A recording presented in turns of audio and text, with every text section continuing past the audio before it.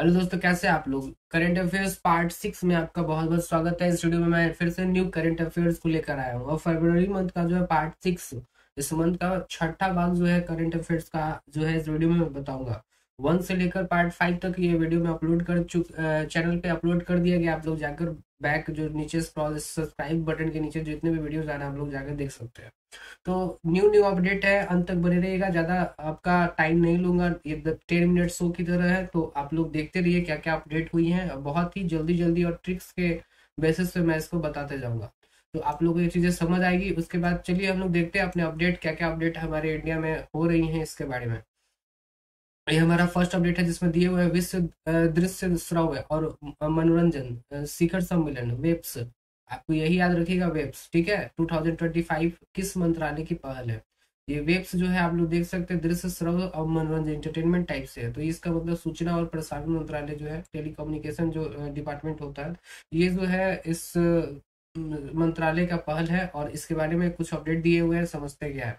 Web सूचना और प्रसारण मंत्रालय द्वारा मीडिया और मनोरंजन उद्योग के लिए आयोजित एक वैश्विक शिखर सम्मेलन है। शिखर सम्मेलन का उद्देश्य उद्योग जगत में नेताओं, हितधारकों, नव प्रवर्तकों को एक साथ मिलाकर नेताओं और इसके लिए इस पे जो इम्प्रूवमेंट वर्क करते हैं, अच्छे से काम करते हैं, उन लोगों को जो है मिलाकर एक जो है इनकी चुनौतियों का सामना करना, संभावनाओं का पता लगाना और वैसे मतलब इसको और इम्प्रूव किया जा रहा है। जो भी इसमें आगे से ज्ञानी लोग हैं, मतलब इसके बारे में जानते हैं, उद्योग जो भी मीडिया और मनोरंजन के बारे में अच्छे से जानते हैं, तो उनको जो है मिलाकर बात करके जो है ये पहल की शुरुआत की गई है और इसको और इम्प्रूव करने के लिए ये पहल किया जा रहा है। और जिससे इस क्षेत्र के भविष्य पर प्रभाव पर इसको अपडेट किए जा रहे हैं। बहुत पहले के सब घिसी पिटी चीजें हैं, न्यू सोशल मीडिया के रूल्स रेगुलेशंस आ चुके हैं, न्यू टॉपिक, न्यू जो है चीजें हमारे सोसाइटी में और हमारे ऑनलाइन वर्क पे जो है हो रही हैं। ऑनलाइन प्लेटफॉर्म जितने भी हैं सब पे अपन एआई वगैरह आ गए, ये सब चीजें हैं, तो हमारी गवर्नमेंट भी इस चीज को लेकर अपडेट कर रही है कि मीडिया और मनोरंजन एंटरटेनमेंट वगैरह जो भी उद्योग है, M&E, तो इसको कैसे और इम्प्रूवमेंट किया जाए। तो इसके इससे जानकार लोग जितने भी हैं उनको जो है, जितने भी सबको नहीं, जो जो भी इनके सामने साथ में है उनको बैठाकर जो है ये पहल की शुरुआत की गई है। और निश्चित है इसका रिजल्ट अच्छा निकलेगा, क्योंकि टाइम रहते ये एक्शन लिया गया है ताकि हमारा जो ये मीडिया और एंटरटेनमेंट इंडस्ट्री जो है और इम्प्रूव करे।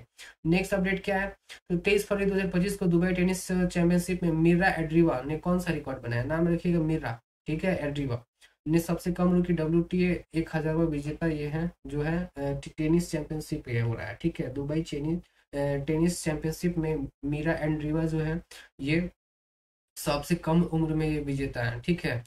कौन से चैंपियनशिप की, तो दुबई टेनिस चैंपियनशिप 2025, ठीक है। कितने तारीख को हुई है ये, तो 23 फरवरी को ये जीती है। उसके बाद दिए जा रहा है कि ये है कौन, तो वो रूस की 17 वर्षीय खिलाड़ी है ये, ठीक है। यहाँ सबसे कम उम्र की है, तो कितने साल की है, 17 वर्षीय खिलाड़ी है। मीरा एंड्रीवा ने अपना शानदार प्रदर्शन जारी करते हुए Dubai open tennis tournament final में क्लारा टासन, ठीक है, क्लारा टासन को 7-6 और 6-1 से हराकर अपने करियर का जो है बड़ा सबसे बड़ा खिताब इन्होंने हासिल किया। सबसे बड़ी बात है कि 17 साल की ये खिलाड़ी है।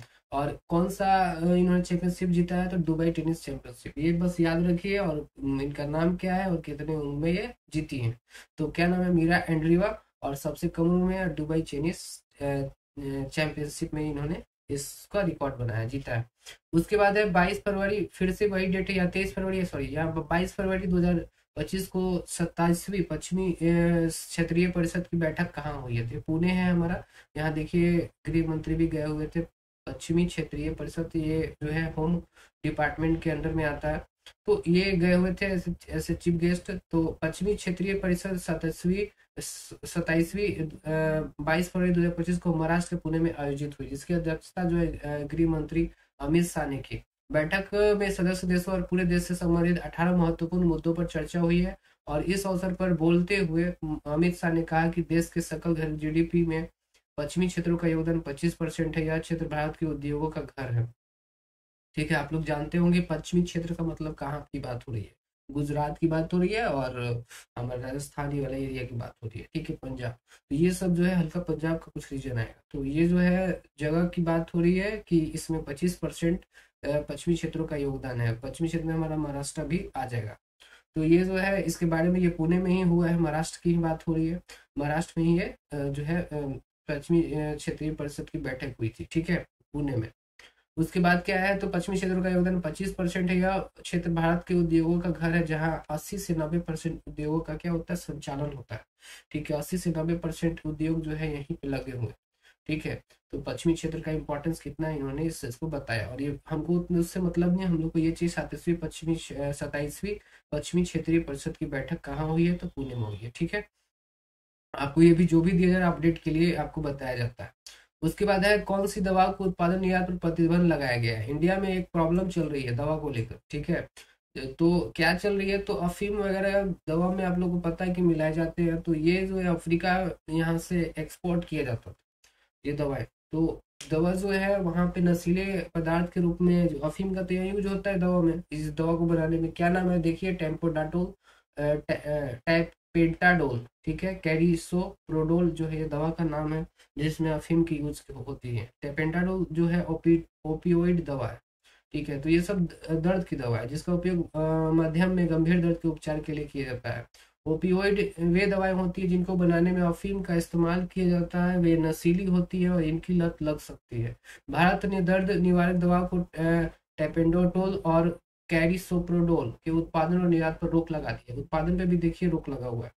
यह कदम उन दवा के पश्चिमी अफ्रीकी देशों में दुरुपयोग और खबरों के चलते उठाया गया है। भारत में इन दोनों दवा के पश्चिमी अफ्रीकी देशों में निर्यात किया जाता है, मतलब ये निर्यात किया जाता था, जो है इस पे रोक लगा दिया गया है। वहां पे इसका यूज जो है ये लोग नशा के रूप में, नशीली एक्टिविटी के रूप में जो है वहां इसका यूज होता था। तो इंटरनेशनल लेवल पे मैटर ये उठ जाएगा, जिस कारण से प्रॉब्लम इंडिया को भुगतना पड़ेगा। शेयर मार्केट वगैरह जो भी होगी, मेडिसिन फार्मा कंपनी वगैरह में प्रॉब्लम होगी। तो इसके लिए जो है समय रहते इन्होंने एक एक्शन ले लिया और इस पे जो है इन दवाओं पे रोक लगा दिया गया है। ठीक है, नाम याद रखिएगा, टेपेंडाडोल और कैरिसोप्रोडोल ये नाम है। ठीक है, और किस कारण से लिया गया आपको बता दिया गया। नेक्स्ट अपडेट क्या है देखते हैं। आरबीआई कितनी राशि की डॉलर रुपया स्वैप नीलामी आयोजित कर रहा है, तो $10 बिलियन, ये याद रखिएगा। ये जनवरी 2025 में भारत की वित्तीय बैंकिंग प्रणाली को 3.15 लाख करोड़ रुपए की घाटे के साथ गंभीर नकदी संकट का सामना करना पड़ा। ये नकदी संकट में इनके पास कैश जो अमाउंट था वो बहुत कम हो गया था, जो एक दशक से भी अधिक समय से सबसे बड़ा, सबसे खराब है। ये सबसे खराब अमाउंट देख रहे हैं, 3.15 लाख करोड़ रुपए के घाटे के साथ हुई है। ठीक है, और आरबीआई ने बैंकिंग प्रणाली में 86,000 करोड़ डालने के लिए $10 बिलियन आईएनआर खरीद बिक्री की स्वैप नीलामी की घोषणा की है। ठीक है, तो उन्होंने $10 बिलियन अभी इन्वेस्ट करेंगे यूएस डॉलर से, इंडियन करेंसी चेंज होंगी। उसके बाद क्या है, हमारा गवाह संरक्षण योजना 2025 किस राज्य द्वारा लागू की गई है। गवाह संरक्षण, जो भी आप कोर्ट में गवाह देने जाते हैं उनका संरक्षण होना जरूरी है, क्योंकि ये बहुत बड़ी प्रॉब्लम। आप लोग ओल्ड मूवी में भी देखे होंगे, गवाह को मार दिया जाता है रास्ता में। ये जो बहुत मूवी भी बनी है इस पे, तो आप लोगों को याद होना चाहिए। तो ये हरियाणा कंट्री जो, हरियाणा जो स्टेट है हमारा, ये इस पे संरक्षण योजना लागू किया है। हरियाणा सरकार ने आपराधिक न्याय प्रणाली को मजबूत करने के लिए हरियाणा गवाह संरक्षण योजना 2025 शुरू की है। मुख्यमंत्री नायाब सिंह सैनी कौन है, हरियाणा के मुख्यमंत्री, तो नायाब सिंह सैनी के नेतृत्व में लागू की गई। इस योजना का उद्देश्य गवाहों को सुरक्षा प्रदान करना है, जिससे वे बिना किसी डर के न्यायालय में गवाही दे सकें। तो कौन किया गवाह संरक्षण योजना, हरियाणा। ठीक है, याद रखिएगा। नेक्स्ट अपडेट क्या है, दिल्ली पुलिस ने अपना कौन सा दिवस, स्थापना दिवस मनाया, तो 78वां जो है उन्होंने स्थापना दिवस मनाया। कार्यक्रम के दौरान गृह राज्य मंत्री नित्यानंद राय ने 44 पुलिस कर्मियों को वीरता, विशेष सेवा और सराहनीय सेवा के लिए पदक प्रदान किए। इस मौके पर गृह राज्य मंत्री ने कहा कि दिल्ली पुलिस देश की सर्वश्रेष्ठ पुलिस बलों में से एक है। यह एक अपराध, अभी देखिए दिल्ली में भी तुरंत आपका ये हुआ है, सरकार चेंज हुई है, तो दिल्ली पुलिस ने देश की सर्वश्रेष्ठ पुलिस बल में से एक है। यह अपराध नियंत्रण में मापदंड कायम कर रही है। उन्होंने कहा कि दिल्ली पुलिस साइबर अपराधों और अपराधों का सक्रियता पूर्वक समाधान करे।